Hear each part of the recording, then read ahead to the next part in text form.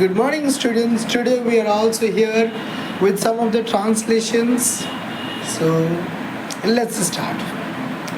আমাদের দোকানের সামনে একটি গোলাপ চারা আছে।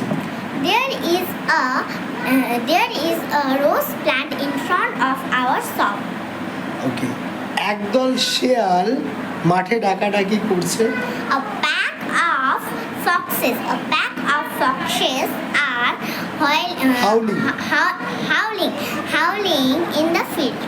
চাষিরা 3 মাস ধরে গম চাষ করছে। Farmers have been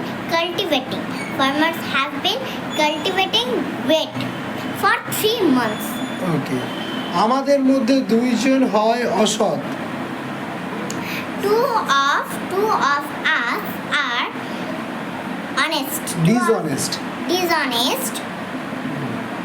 ব্যাঙের বাচ্চাকে বলা হয় ব্যাঙাচি।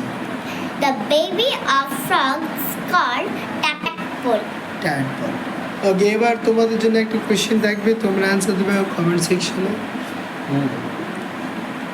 The baby of lion is called dash. The baby of lion is called dash. Thank you very much.